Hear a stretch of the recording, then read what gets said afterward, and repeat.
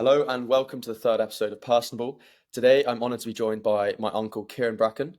Kyran is a hugely successful rugby player, having won the Rugby World Cup in 2003.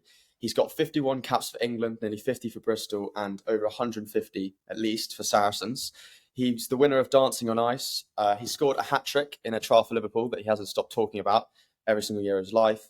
He's a qualified solicitor, the host of two podcasts, Rocket and Kicking Cancer into Touch, a very successful public speaker and entrepreneur, and Lawrence Dallaglio, if I'm saying his name correctly, recently named him as the best scrum half of all time. So thank you very much for joining me today, Kyran. Thank you very much. That should be the end of the podcast. I'll just take all of those credits and then move on. Absolutely. No, it's great. It's great to be interviewed by you, Harvey. The thing is, you can clearly see a difference in generations. You with lovely long hair and me with hardly any hair. But I remember those days of having curly locks and long hair pushed behind my ears. But yeah, it's good that you're doing the podcast. Personable. Okay, right. Good name. Where do you want to start? Yeah, thank you. So I kind of wanted to start at the moment. What a lot of people know you for, especially is winning the Rugby World Cup, a feat that England have tried to replicate multiple times, particularly in 2019, reaching the final, but not quite being successful enough. So I want to get back to that moment when Jonny Wilkinson kicked the ball over the post. And I just want you to describe that feeling of suddenly, wow, you're drawing with Australia, and then suddenly kicks it over, England have won the World Cup. Yeah, well, I mean, it was that was a culmination of sort of many years of many failures along the way. We lost quite a few Grand Slam deciders against Wales and Ireland, Scotland, and it was a long time coming. We managed to win the Grand Slam against Ireland just before that World Cup, so that gave us the confidence. And then we beat Australia and New Zealand away from home, which had not done, uh, you know, easily before. So it was a culmination of a lot of older players who'd been there, done it, and it was our last chance saloon. There were a lot of players retiring, like Martin Johnson, Jason Leonard, myself, a whole host of other players. But the final was very exciting, obviously going into extra time. People ask me what was the most interesting moment for me was when the ball was kicked off at the start. Jonny Wilkinson kicked the ball up, and I'm sitting on the bench, and there's a camera on us, and I realised that there's water going down the back of my leg, and I turn round, and it's Jason Leonard who's pissing all over me, and I'm like, I thought it was water. I was like, Jason, what are you doing? He goes, I ain't going to the toilet. It's miles away, and don't move. I don't want 2 billion people looking at my todger. So that was an interesting moment for me. But later on in the final, it was amazing how England managed to sort of overcome referees' decisions because it should never gone into extra time. But to sort of score it in that fashion in the last second, Jonny Wilkinson off his right foot. We had a call. I can't remember the name of the call. I think it's quite a rude call, so I couldn't really say it on a podcast. But we had a call for setting up for a drop goal. And to be honest, it was to do it in the last second was just amazing. We all went mad, and we had a very late night. But the kickoff was something like 8:30, 9 o'clock at night. So by the time we got changed, gone out, met reporters, it was probably 1:30 in the morning. Then we got the bus into Manly to a nightclub and finished at about 5, and it was light by the time we all got to bed. But it was really amazing, and it was just the thing about it abiding memory really was not so much the fact that we won it, it was just the feeling of relief that we'd won it because when you're the number Sure. one team in the world, the expectation's always right at the top. And so when you get there and you sort of don't do it, it's a massive feeling of failure. But when you get there and you expect to win and you're the number one ranked team and you beat everyone and you sort of get that sense that when you do it, it's more like thank God that we did it Yeah. um, so, because the expectation was so high on us. But yeah, it changed our lives. I mean, we still meet up at events and we still, regale stories, whether they're true or not. Although Jason was pissing on me, we regale stories about how we did it, and it's quite funny. People take the mick out of ex-England World Cup rugby players because I guess once England win it again, then we won't be required anymore to tell our stories that are now 20 years old. So that's how long ago it was. So have you been betting against England in all their World Cup matches so far then to keep in the No, limelight? obviously the last one was the final, 2019, and it was. I actually thought then it was like, right, there you go. It's going to be, we're going to be history. But yeah, it wasn't to be. It wasn't even close to final. It was just one of those days to forget. Um, so I mean, this coming World Cup be exciting, but there's a lot of very good teams. I think that Ireland look the team to beat at the moment, but France, you can't put it past France, especially at home. New Zealand always, tend to turn up, be there, thereabouts, and South Africa are beasts when it comes to World Cups. But I think with England, Yeah. England have got a really, really fine draw. Can't believe they do the draw so far out from the World Cup. So we're on the easy side. I guess we'll probably face Australia at some stage, which will be interesting with Eddie Jones. So I think this World Cup is massively in England's favour to get to the semis or the final. But there'll be a beast in the final. But it could be any one of, I don't know, it could be Ireland, South Africa, France. But it'd be You exciting. mentioned you mentioned before about this sort of like sign of relief when you won because you were ranked number one, you're doing so much better than everyone else. So clearly there was a lot going into the final. It wasn't just you rocked at this competition, oh wow, we've done so well. It was very much of like a detail focused plan going into the World Cup before the World Cup. So firstly, what do you think it takes to win a World Cup? Why couldn't England do it in 2019? And what does a team this year need to do to replicate and win a World Cup this year? Yeah, good question. The ingredients to winning the World Cup. Unfortunately, a World Cup only comes around every 4 years. And I think that, underpinning the team, you need to have good leadership and captaincy. You need to have a really good coach. You need to have world-class players, and you need at least four world-class players, maybe five. So if you look at England in '03, I would say Jason Robinson, world class. Johnny Wilkinson, world class. Richard Hill, world class. Lawrence Dallaglio, world class. Martin Johnson, world class. And there's an argument for Kyran some Bracken. other players. So you talk about four or five world class players. And just the Australia team, they probably only had three or four. Um, Right. so I think you need world class players. I think you also need a bit of luck. There's an element of that Okay. in sport. You need to be on the good side of a draw. Sport tends to, do strange things, and knockout competition requires everything to fall into place. I think with England, we didn't play very well up until the semi-final against France. We smashed France, and that was our best game. We nearly lost to Wales, and we were losing against Samoa, Western Samoa. So you do have moments in World Cups where things don't go right, but we fixed them because we've been there before. I guess really, you know, to become number one, you have to have all the stars need to be aligned. For instance, Yeah. with Ireland, will Ireland win the World Cup? I think Ireland could win the World Cup, but then something tells me, well, every World Cup they seem to have faltered because they've been knocked out of the World Cup, and part of me thinks, well, if Johnny Sexton's not playing, are they the same team? So maybe they're relying on that one world-class player. It is very tricky to win a World Cup. It is very hard. And then maybe South Africa have got the right DNA and they've got the right. Maybe it's about a power game, but this is really exciting. And I think England didn't win the World Cup in 2019 because I don't think they had enough world-class players.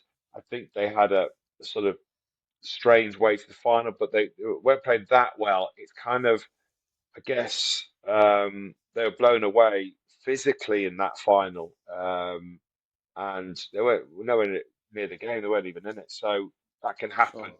So this coming year, they need a bit of luck, but they've got the draw on their side, so it nudges them into their favour. Do you think England will be able to, they've got a new coach, Steve Borthwick, only coming in this year. My last podcast was with Andrea Pinchin, who's the CEO of Leicester Tigers, and she was talking about how, losing their coach. But from an international perspective, it's a World Cup year getting a new coach. Do you think that's too late? I mean, Australia having a similar problem. Do you think it's too late for them to adapt to the style, or No, man, not? Do you think it'd no, be not better at than all. Eddie Jones?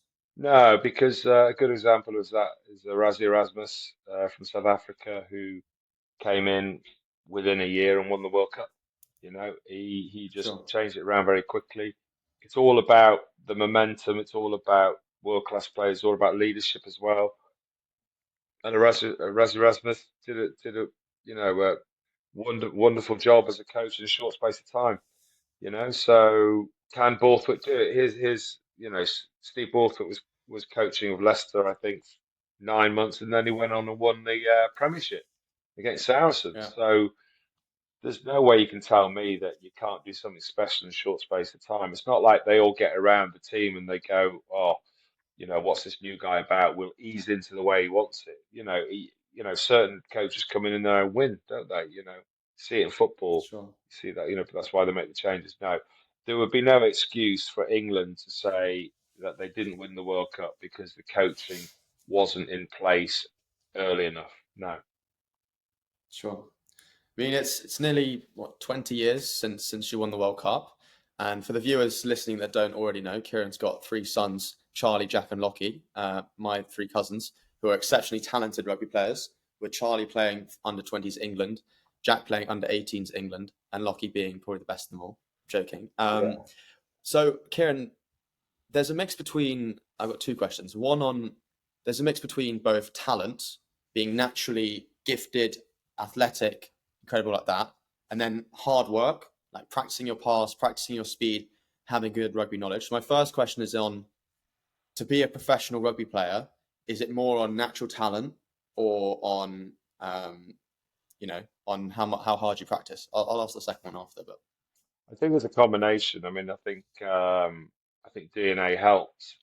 Obviously, you kind of get to see in a lot of sports, you see sons coming through following their dad's footsteps. I mean, the amount of players in the Premiership, who players I used to play, against when I was playing, the Paul Graysons and their sons, those sort of things. John Slytone's son, Ajomo's son at Bar. I mean, there's absolutely loads of them, and I guess somewhere along the line, all us parents who played professional rugby took them to the local rugby club and got them involved in the yeah, game and mentored them and helped them. But there's definitely a case of I don't think you can have no talent and just work hard and become a rugby player or a basketball player. I think it sure, comes with talent. Also, it helps though if your dad is I'm a scrum half and I can show him how to pass and I can do all of those things and I've mentored him.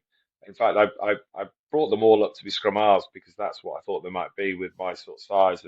But Charlie stayed a scrum half because he was quite small when he was growing up, and then Jack, my middle boy, ended up 6'1", and I realised maybe he's not going to be a nine. So last year he went to fullback and did really well and got in the England stuff. But I guess have they got there from pure talent? Definitely not. They've definitely got there from hard work. Yeah, if you sure, combine hard work and you've got the natural talent, then it combines to get to a high standard. But they're a long way. I mean, look, playing for England at 18s or and the older one, Charlie at 20s is really nice and it's really good and it's sort of I guess it's kind of like for them it must be quite a stamp of approval. Like my dad played for England and now I'm playing for England and can I be a professional rugby sure, player?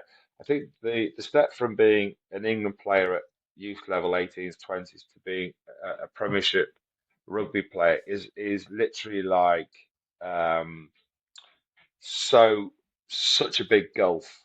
It really is. yeah, It's a massive step up, and it takes time to get to that step. So I kind of, a lot of players I played with in under 18s when I was growing up, under 21s, a lot of them didn't make it into professional rugby or to senior rugby. They just didn't make it. And sometimes, people peak at different times. There are players who some players I thought would go on and captain England, be amazing, and ended up not getting anywhere. And sure, some players who were late developers were on the were not doing that well. I didn't really rate within 4 or 5 years. They were like amazing in the Premiership. So people peak at different times, and some people peak at 25, 26. Some people at 17, 18. You see some players like Henry Arundel and those sort of players that they can come through and sort of blow you away. But it's not easy. But back to your question about is it sort of talent and hard work? It's a combination of both of them, of having the combination really. Sure. So you also played schoolboy England, if I'm correct. Yeah, Yeah, you also played schoolboy England, and rugby wasn't professional at the time yeah. when you were that young. Did you ever have a vision when you were their age to one play for the men's England team, and then play for a club like Bristol or like Saracens, No, and then play for England one day? You no, didn't. no. So when you're a kid in the amateur days, you'd look at England men's and you'd see it as a world apart, and you'd think, oh, Yeah. it'd be amazing to play for England. Um, but but but at the time, there was no money in rugby, so as a young kid, it was all about doing well in your O levels, GCSEs, or whatever, A levels, go to a good uni, get a good job, earn money, and this pastime that I do as a rugby, I'm going to commit to that. Every night I'm going Sure. to train hard after studies, after college. I'm going to do all of that to be the best I can.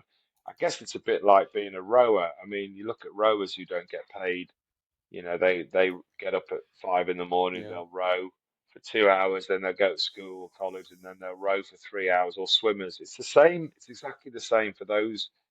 The rugby players would train in the evenings with their mates and then, do extra training if they were scrum half, do kicking and passing, and then kind of it became like a hobby, which was like a semi-professional job, really. And I never thought that I'd go from that to being a professional rugby player because there wasn't no such thing. But I trained hard to be the best I could be and be an amateur rugby player and play in the Premiership. I think I played it when I was 19, 20, played for Bristol and did well for that year, and then slowly got into the England setup and kept going up and up. And next minute I was with England, so it's kind of like little small Yeah. steps all the time. So at what point did you realise, okay, I'm actually going really far here? You didn't initially, you didn't think, you thought it'd be good, but you didn't think it was actually a thing you could do. And then you're slowly getting better and better, finally getting into Bristol, playing for a proper club, and then eventually going to Saracens and becoming a professional. So what was that process like? And what was the transition like from going, hey, this is a fun hobby, I like this sport, with the sort of rower mentality, to going, actually, I can earn money from this, do this full time. This is going to be my career. This is going to be what I'm going to do. Well, the only time I realised that there was money in it was when it went professional after the World Cup in 1995. We got knocked out by New Zealand, and within 3 months, the sort of world changed. South Africa beat New Zealand, and Packer from Sky was trying to sign all the England players to be professional rugby players. And I mean, I think my salary was, I think I was on 15,000 as a trainee lawyer, and Sure. I got a contract offer through from Packer from Sky to go full time as a professional for something like $200,000. Um, Really? so yeah, so this is in 1995. We, Wow. we all got offered contracts. I thought I was a millionaire. It Jeez. was like $200,000 5-year deal. I was like, oh my God, I'm a millionaire. Wow. But well, I say, look, yeah, luckily the RFU bought us out of the contracts. Basically, we got paid out 25 grand not to sign these contracts, and then we signed full-time contracts. But the amateur Mental. ethos of basically in rugby, which was play hard, drink hard, party hard, train hard, Yeah. drink hard, party hard, stayed even while in the first few years of being a professional. Nothing changed because half the teams at Saracen were semi-pro and the other half were full-time pro. So we would just doss about the gym, go play golf, and then in the evenings train twice a week or 3 times a week, and then play a match on a weekend. So we were just had more money to drink with, and we were just buying Amazing. nice cars. And I suppose after 2 or 3 years, it got a bit more like everyone was full time. We were training in the mornings all together. It changed, but I was so lucky to go on that journey of not getting paid, playing for England, coming back, going to uni, doing my law degree, and partying at weekends and living the real amateur life. But I know it was Yeah. literally a stroke of luck that it went pro and suddenly I was getting paid for my hobby. That's all that happened. Sure. It wasn't by design. Amazing. Yeah, I mean, you've had a absolutely incredible career. I mean, even just listening to the first few seconds or few minutes of this podcast, winning the Rugby World Cup is a truly incredible thing. But it's not only that; it's the Five Nations as it was at the time. You've won the Tetley Bitter Cup. You've captained England multiple times. You captained Saracens for multiple seasons. Truly incredible. But even as an amateur and transitioning into the professional era, you've had to cope with a lot of injuries and unfortunate things along the way, like not getting picked for a Lions tour. Um, you've had the ups and downs of that sort of thing.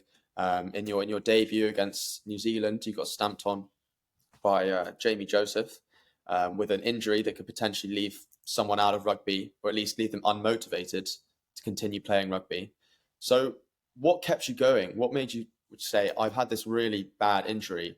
I want to keep going. I want to keep improving." You're left out of a team. I want to keep getting better. I want to be the main scrum half. I want to be better than these guys. What kept you going? How did you recover from the injuries? It's a Yeah. truly incredible mindset. No, I think every rugby player, ex-rugby player I come across, they're always limping and they're always sore for one thing or another because rugby is a barbaric sport. It's sort of 80 minutes of just smashing into each other in one way or the other. You're going to get injured. There's always injuries, lots of injuries. Yeah, Jamie Joseph stood on my ankle. I was out for 3 months after that. Um, but yeah, it's part and parcel of the sport. Sure. When you watch the Premiership or when you watch professionals play against each other nowadays and they run onto the pitch, I guarantee you there won't be there won't be more than one player in the side who runs out on that pitch and doesn't feel pain or isn't nursing an injury. You sort of Wow. if you see the way they strap themselves up, you see, it's the innocuous knocks. It's, they'll have their fingers like some fingers strapped together because like they dislocated it in the week, and they're sort of nursing tendon problems, ligament problems, ankle problems. You strap your ankles up so they don't give. Um, you take painkillers just to get on the pitch. I used to take suppositories towards the end of my career to get to get rid of the pain. I was in a bad way. I trained less, played more matches, so it was like a real slog. But 1 minute you're playing for England, and next minute you sort of dislocate your shoulder and you're out for 4 months, and then someone else gets in to your position in England, and then you spend the next 6 months fighting to get back in, and then you get back in, and it goes really well, and then you have a bad game, you get dropped. So you've got all those highs and lows, but you sort of like, I guess I can only describe it like you've seen the movie Gladiators, right? In Yeah. Gladiators, for them it was do or die. You'd go out and you'd face whatever, and you'd win or lose, and then you'd come in the changing room and you'd have another plan for the next game, and it's exactly like that. And that feeling of Sure. excitement, nervousness, whether it's playing for England or playing in a World Cup or whatever, and you're in the changing room and it's like being a gladiator. You've got this pressure to perform. As a gladiator, it's, do or die. It's the same in rugby. It feels like that when you're in the changing room, but the process is exactly the same as a gladiator. You just every week you dig in deep and you just and part of the thing that I found the hardest wasn't the injuries. The injuries was part and parcel. Where you just got used to disappointment of you can't play. You've twisted your I don't know your ankle and you can't play at the weekend. Those are things you get over. The hard parts, it's the losses, which is the hard part. It's when you go, you plan for a week, whether it's with England or whether it's with your club, and you work on a strategy, and the strategy doesn't work for one reason or another, and you don't play well, and you personally don't play well.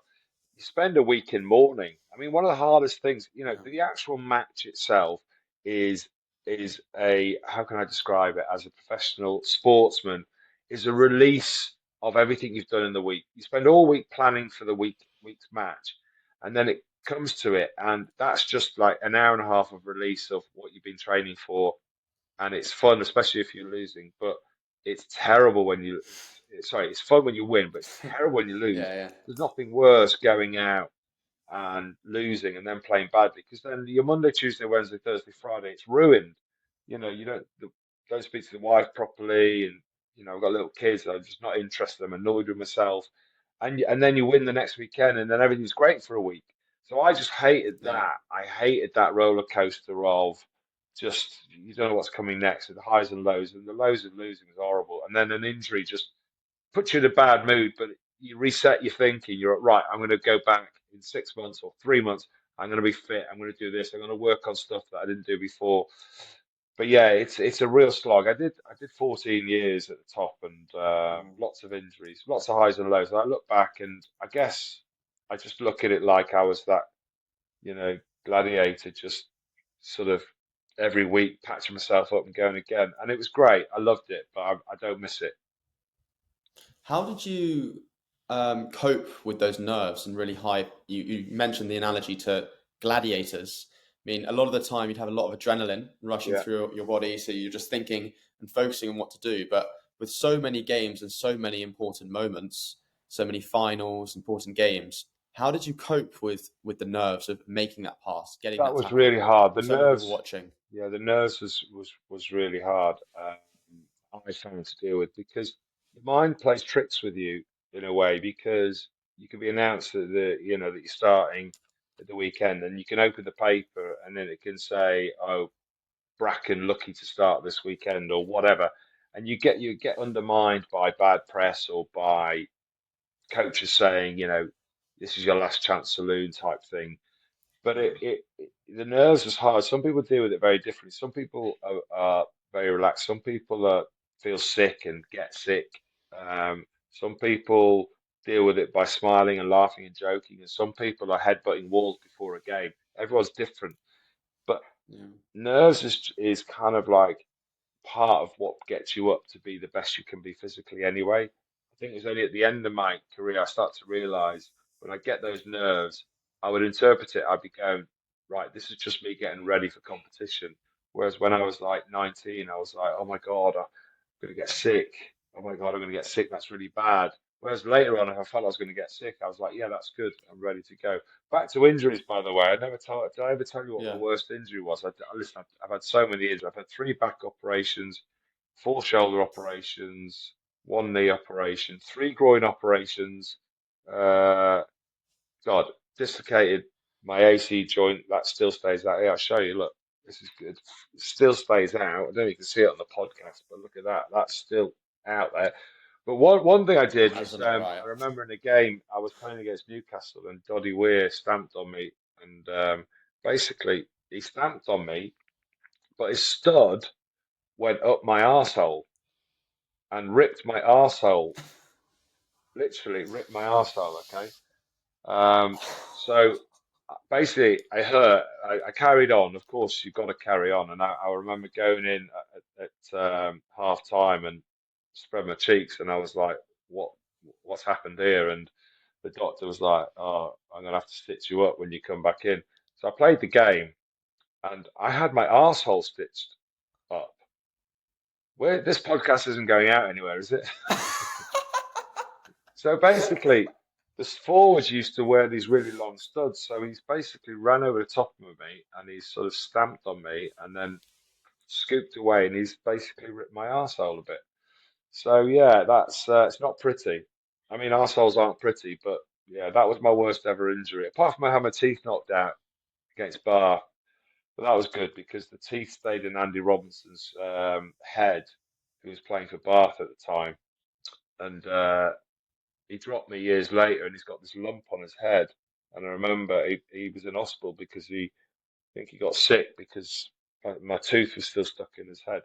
So yeah, losing my teeth, get my arsehole ripped open, and yeah, back to nerves. I mean, you got me pretty lost for words there after all of that, to be honest. I just thought I'd break Um, it up because it was just getting a bit boring, wasn't it? A bit boring about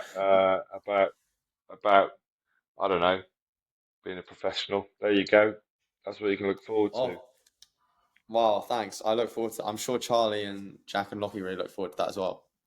Um, yeah. Anyways, I was going to move on a bit to your life after rugby, more specifically, um, kind of like your public life. You being on BBC, Sky Sports, being on various publications, magazines, winning Dancing on Ice. Yeah. How did you make that transition from rugby into, I mean, you're already in the limelight, but how did you make that transition from being a rugby star to being more of the sort of personality on the ice rink? Yeah, Um, I yeah, think dancing on ice was sort of a real stepping stone. When I finished my last game at Saracens was against Leicester, like 14, 15,000 watching, and then most people have a real come down from being a professional rugby player in front of crowds. So for me, I didn't have that come down because I went from doing that with England and then Saracens when I finished off, and then I ended up going to Dancing on Ice, and I was sort of yeah, I won it, and then I was touring the country with Dancing on Ice, and then I was doing like Holiday on Ice, like a proper touring show for ice skating, and I loved it, and it was great. And meanwhile, I was doing a bit of TV. Never really interested me doing the TV because when I say TV commentary and Sky and BBC, I just found it quite boring going to games and talking about it. yeah, Just found it boring. I didn't really commit to any of that. I did a little bit of it, but I did obviously the Dancing on Ice, and I did a few other TV, shows which were great fun. Did Family Fortunes with your mum.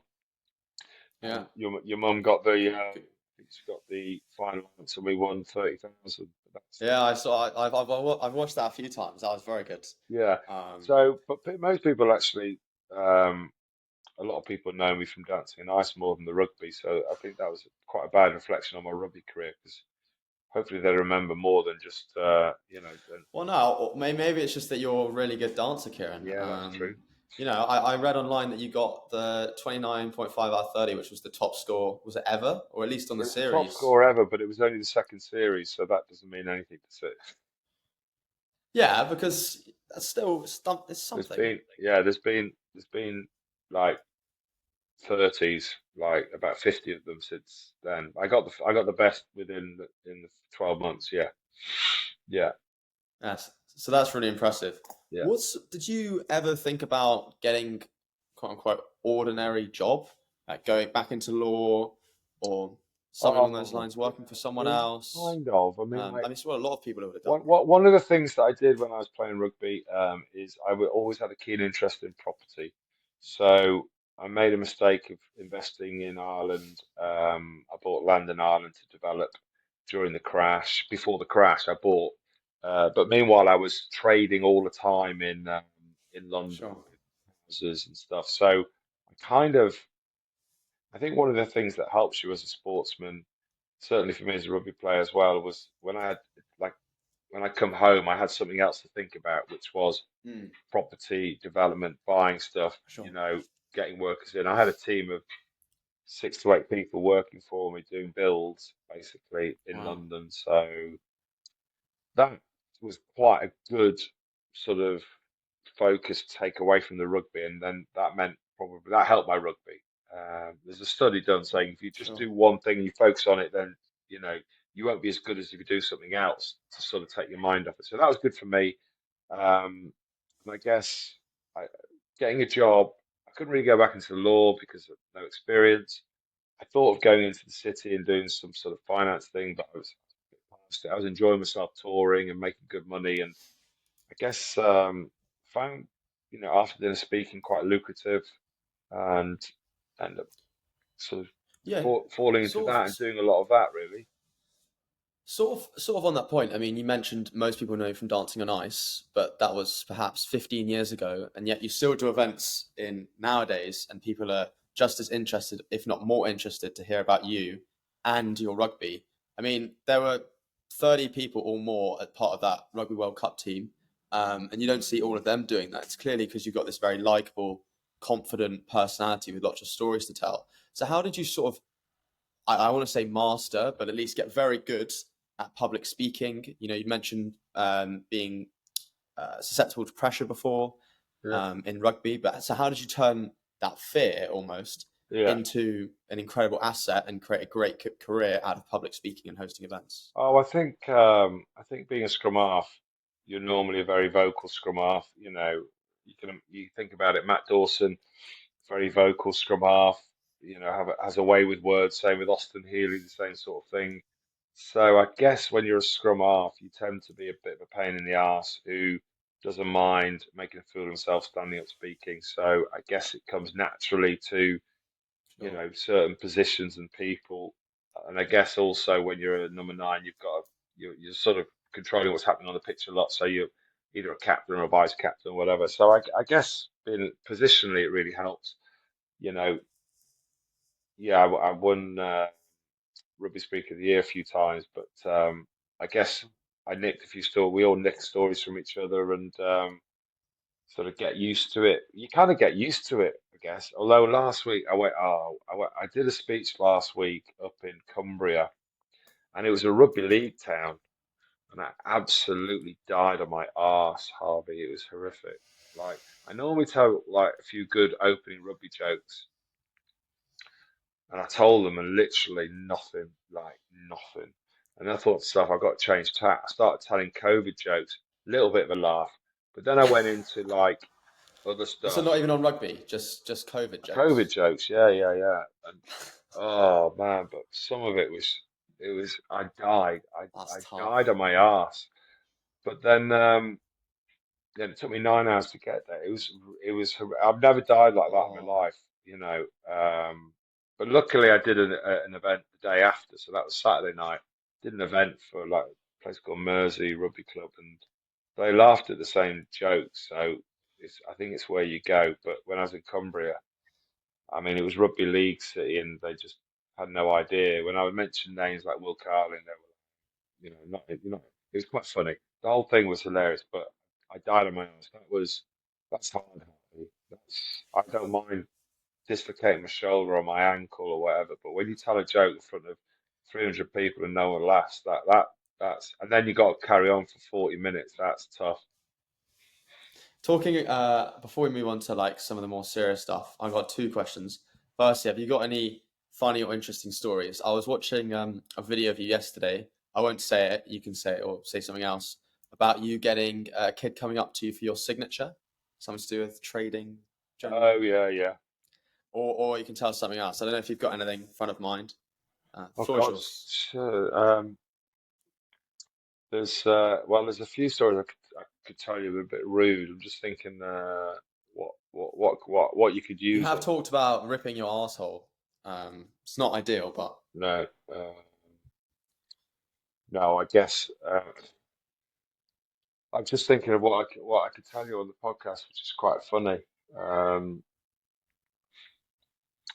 you see, this has put me under pressure now because it's on a podcast. so we can come back to it if you want.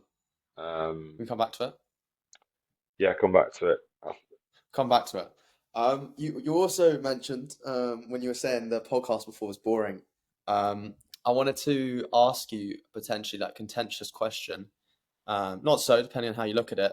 Um, do you think you're better and why than Matt Dawson and Austin Heaney? Do I think I was better? Yeah, Bloody hell, no one's asked me that question. Um, uh, I think as a scrum half, I think Austin Healey was probably a better rugby player than all three of us uh, sure. as a rugby player because he could play winger, he could play fullback, he could play fly half. I think he didn't really master scrum half long enough. If he had started out at scrum half, it would have been. I think he'd have probably been the best, so to speak. But he moved around. He was on Sure. the wing. Matt Dawson. I think the periods of my career I thought I was better than him. But he tended to, and to give him credit, play well when it really, really counted. So you look at him, the Lions tour '97, played really well, of Yeah. course, and then the World Cup played really well, especially in the final. So do I feel, I could have got more? Do I feel I was better? Yes, at times, but I think Dawson tends to have the best games at the right time, so to speak. Um, we all got dropped for each other, one reason or another. But yeah, that's a good question. No one's ever really asked me, do I think I was better? I mean, at the time, I was Yeah, obviously sure. disappointed. Wasn't playing half the time. But yeah, it was a good Did- competition. Gomsol was in there probably. He had probably the best pass. Um, so yeah, it was a real 10 years of competing. Yeah, Yeah. maybe not with What, Austin, what but. What what was the environment like though? Because seen you talk a lot in the past about your sort of rivalry with them, but did you form friendships at all? Would you practice with them, Yeah, or was it very much a yeah, case of me, I'm going to take him on, yeah. he's my competition? No, there was no hostility. There was none of that. There was just a professional environment. I actually got on really well with Matt. Got on with Healy, but Healy had a bit of a motor man, so every now and again he'd say stuff, you know, in the public domain. You just kind of get used to it. But there was never, people kind of think with rivalries there's this real animosity and hate each other, but unfortunately there wasn't with me and them. Sure. Well, regardless, all three of you are very talented rugby players. And not something that not as many people know about. You don't have to go into too much detail about it. Is that you have coached like one-on-one professional scrum halves, Yeah, and of course also your sons, which you've talked about earlier in this podcast. yeah. What sort of you don't have to talk about specific drills, but what sort of particular knowledge do you give to those scrum halves, and how did you sort of gain that knowledge? Was it Well, when just I through playing, retired, mastering your craft? yeah, when I retired, I coached at Saracens for a couple of years. I did basically the scrum half skills, and I coached Neil de Kock and Moses Rauluni and a few other players like that. I did that for a year or two, and then I got a call from Leicester to coach Ben Youngs before he played for England. So I did that for a year and started coaching him and trying to get him better at his score skills. I coached Danny Kerr as well. Oh, He was asking me to get involved and get back into England, which he did. Uh, Joe Simpson did a bit of work with him, and I guess all those drills and all the way I sort of worked out how to pass better and kick better, I sort of learned in my first few years at Saracens. Obviously, I did a lot of my own drills. The master passer in the world was a guy called Richard Hill from Bath, who was just incredible. So he taught me yeah, when I was at uni, and he gave me all these drills, and then I did them religiously, but I then coached them. And then with my own kids, I've coached them those drills. So effectively, it's been passed down from Richard Hill all this time. But I guess I never really found um, that interesting, so to speak. I quite enjoyed it. Uh, it's good fun, but it wasn't a fulfilling role of driving sure. 2 hours to Leicester and coach someone. It wasn't. Yeah, it was all right. So you don't see yourself one day wanting to coach a men's team in the No, no, I haven't got any professional team? interest. I think you have to love the game. You have to love it. I mean, I stopped playing. I got a call from Eddie Jones actually a year later after retiring. He phoned me up and said, "You want to come back and play, mate?" And I was like, "No, no interest." Really? Yeah. So I guess the reason why I retired, and I was playing probably some of my best rugby near the end, the reason why I wanted to retire is because I was sick of this, right? Where you go Yeah. one week you're a hero, next week you're a villain, next week you're amazing, next week, and I hated that sort of up and down of constantly. And also, it's like Groundhog Day. I mean, it's 14 years of it. It's a lot. It's a long time. So suddenly, when I was like offered the opportunity to tour and ice skate and travel, and no one was my boss, I was like, "Whew, great." So I think the people who become good coaches are those who retire and then the next day saying, I want to be in rugby. This is my life. This is what I love. I was the Sure. opposite. I was like, I don't love this. Okay, I'll do it. I'll coach and I'll have but I don't want to do it every day because that's why I wanted to stop. That was just Yeah. clear and simple. Some people are different, for instance, George Ford and Owen Farrell, they're animals. I'm sure the day they retire will be the day they'll be right. I need to coach. I need to get involved in rugby. I need to be in rugby because they love it so much. But but that Sure. seems weird, isn't it? It's kind of like, well, we both played for England and stuff, and it seems sort of disrespectful for someone like me to say Yeah. I don't love it, but I did love it. I loved the experience. I didn't love it enough to try and make other players better. That's it. Sure. I want to get on to something a bit more personal now, and something you've spoken up about in the past is your battle with OCD. Not being able to sleep in the night, having constant adrenaline, having Yeah. to go to the bathroom constantly. Something that's probably been extremely hard throughout your life.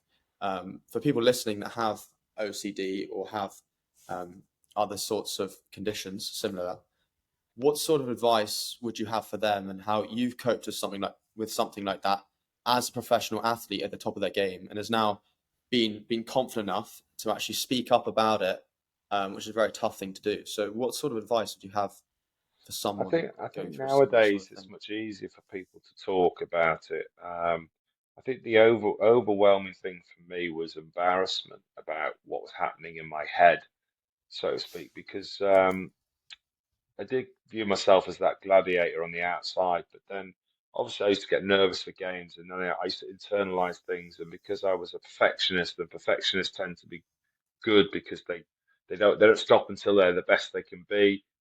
I guess um, when I was sort of like 26 or 27, I was noticing I was getting these little adrenaline rushes, and those adrenaline rushes were the same before a match that you'd get 3 or 4 hours before a match, or the morning you wake up.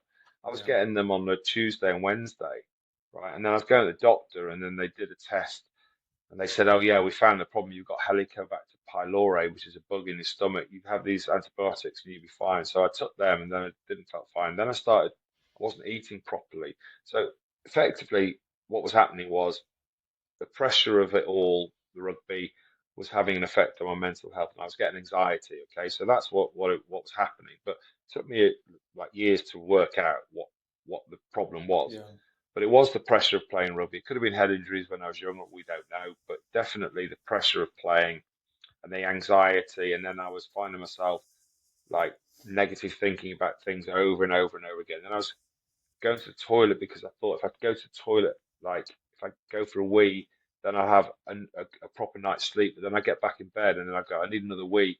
I need 8 hours sleep. If I have 8 hours, I'll play well. And then I started going to the toilet every 10 yeah, minutes all sure. night, and it was literally. And then I wasn't sleeping, and then I went from 14 stone to 12 stone. It was affecting my rugby, Wow. and then I had all this anxiety, and then suddenly my mind was taken over about going to the toilet. It was just all day, and then literally I went from being sort of this gladiator on the pitch who was amazing, and then suddenly I was literally, I mean, I don't know how I got through it, but lucky to have an amazing wife and seeing a doctor and seeing a psychiatrist, and then they prescribe you pills, and I wouldn't take the pills. I was like, well, this means if I take them, that means I'm weak. Now I was Yeah, petrified that anyone would ever find out. I didn't want anyone ever to know. So I guess at that time, I didn't want anyone to know about it, but now I don't mind talking about it because it's much more sure. talked about. Young people will go through uh, these sort of things, and they'll go to the doctor say, I've got anxiety and I've got this, and they'll say, right, well, see a therapist or take this, or and there's Yeah, option.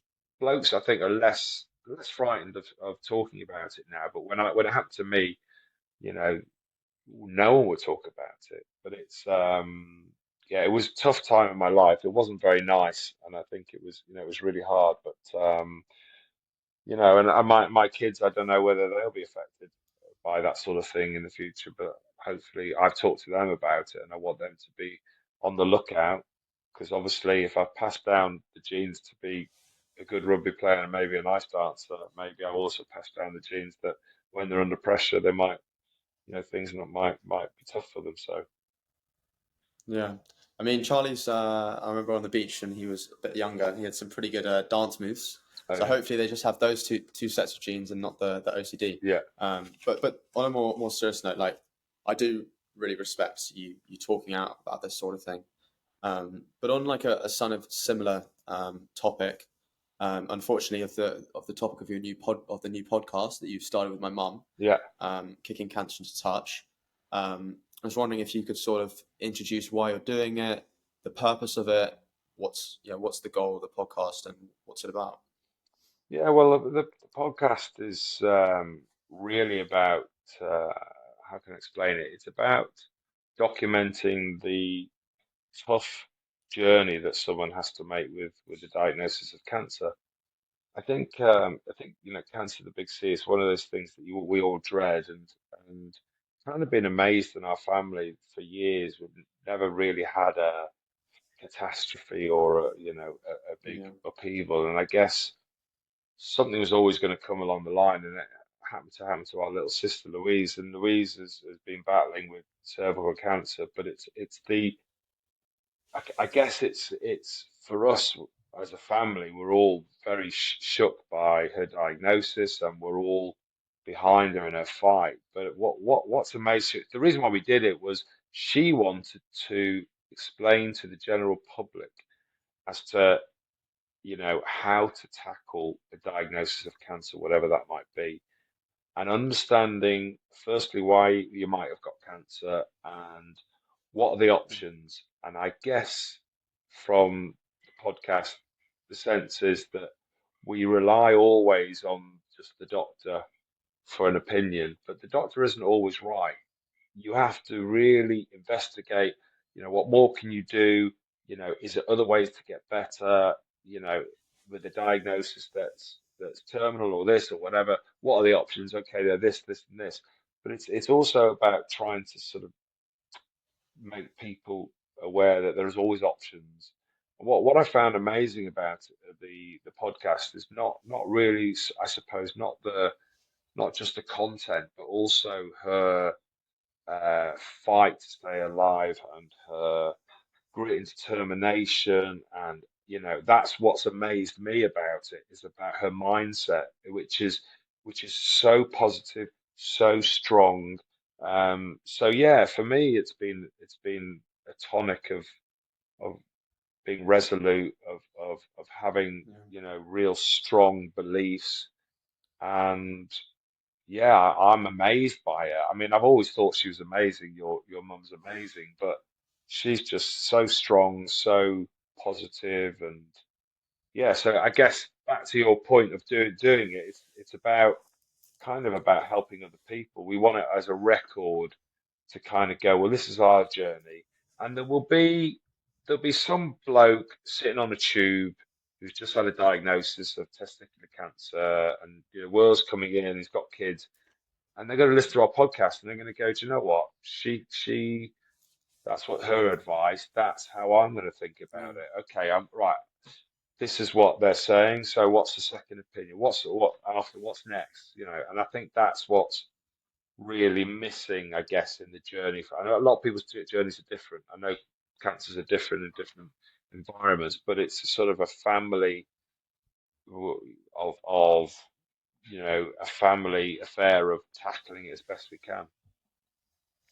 Yeah, I mean, I'd kind of reiterate everything you just said. I think from me being her like eldest child and having three younger siblings and my dad, it's been particularly atrocious thing to have your mum, who's probably one of the people I look up to most on the entire planet, to suddenly be getting cervical cancer twice and then getting a terminal diagnosis. And I've noticed that when people get ill, a lot of them end up wanting to help people, but the extent to which mums really tried to go out of her way to create this podcast is really inspiring. And it's kind of pulled the family together. And I think from my standpoint and from my mum's, it seems from you as well, that the true goal of this podcast, as you just said, with that guy sitting on the tube just finding out he had cancer, is is to know that they're not alone and to hear someone else that's gone through a similar experience and how they've coped with things and realizing what this doctor has just said is not necessarily how it is. There are other ways, there are other forms of treatment, there are other ways to survive.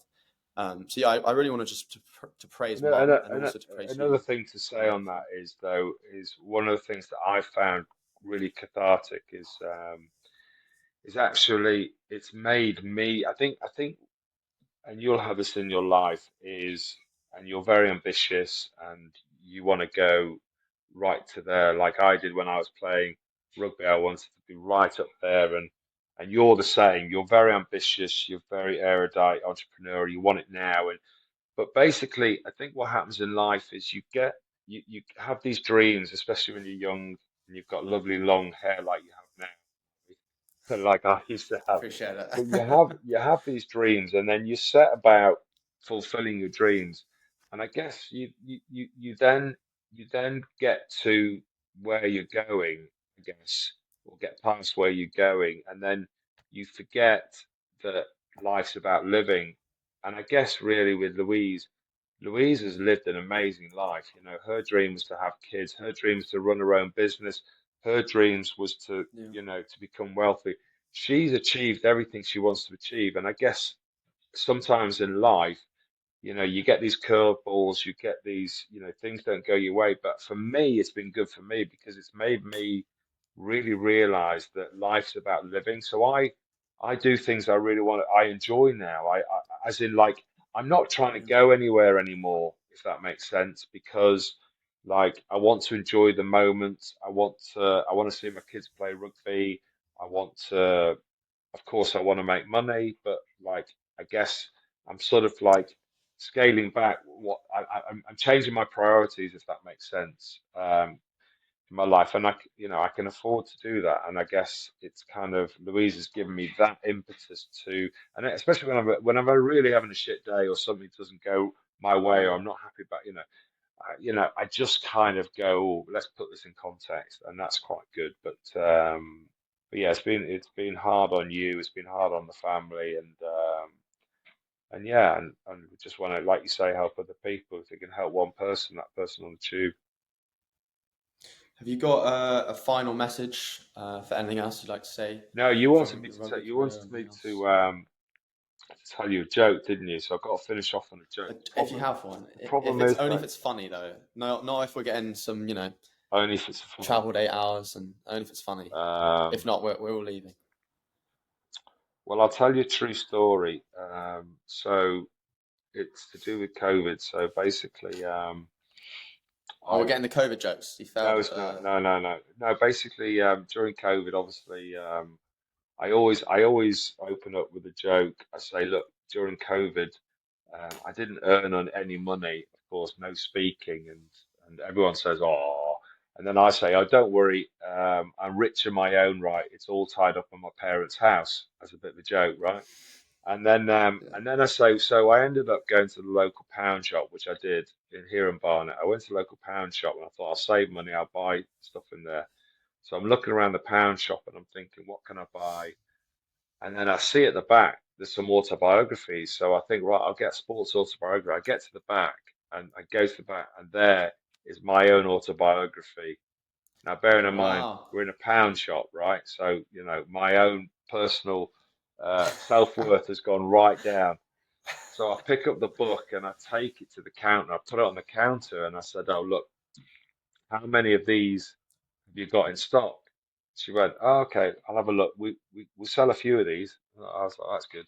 Anyway, she said, we've got 20 in stock. So really Wow. confidently, I mean, she didn't recognize me because I had hair on the cover and I'm pretty bald, so she didn't recognize me. I was sort of like putting it next to me. So I said, so I took out 20 quid and I put it on the table and I said, right, I'll have all 20. Right. And then she looked at me and said, oh, no, you don't understand the half price. You can get them for 50p each. So I bought my own book for 50p. Sorry, yeah, 50p. So for 10 quid, I got 20 books on my own autobiography. So there you go. So you laugh, but when I told that joke up in Cumbria, no one laughed. The thing is, it's a true story. Maybe it's because they all owned the book and they thought it was No, an no, incredible book, no, and they didn't want to. no. They thought my hero, Kyran Bracken, has written this. Anyway, who's Um, next? Who's next in line of interviewees? Who are you going to interview next? I guess everyone's just gonna have to wait and see. We've actually got, you know her as well, Sue Sarker. I'm Oh, speaking next amazing. week. She's a legend. Um, She's fun. You're gonna laugh the whole time. She won't even need to tell you jokes. She just like she'll just oh, she's brilliant on TV. She's brilliant in real life. She's hilarious. yeah, it's amazing. Okay, I've got one last question, Yeah, which I think a lot of the viewers would want to know. Coming up, Saracens in the final. yeah. Your Cub. You're a legend at Saracens. You've got the final coming up. What's your prediction on the outcome and score, if you've thought that Well, as well? Saracens have been amazing all season, apart from in Europe. But in the Premiership, you know, past the post now, but it means nothing. It's all about a final. I think Saracens were the better team last year against Leicester, but the tactics weren't great. Kicked the ball away too much. It's going to be a case of power and brute force of Sale against Saracens' sort of ability to move the ball. I'm guessing it's going to be closer than everyone thinks, but I still think Saracens will win. I'm going to say Saracens win by 8 points, and it's going to be 40 points to 32, and it's going to be a very close encounter. Wow. Yeah. Wow. Well, I look forward to watching it. There are a million more questions I could ask you, and I'm pretty sure maybe people on Twitter or something can ask you, ranging from questions about the salary cap, ring fencing, Now it's tons more boring. questions. It's all boring. But yeah, that's why we're leaving it out. Okay. But thank you so much My pleasure. for joining me today. It's incredible to learn about your whole career, your perspectives on having OCD, dealing with a sister on cancer, and really being open about it. Mentoring your sons and nephews to hopefully winning a World Cup as well one day. Yeah. And being a great overall person. So Oh, wow. thank you very much, Thank you. Kyran. Cheers. Right.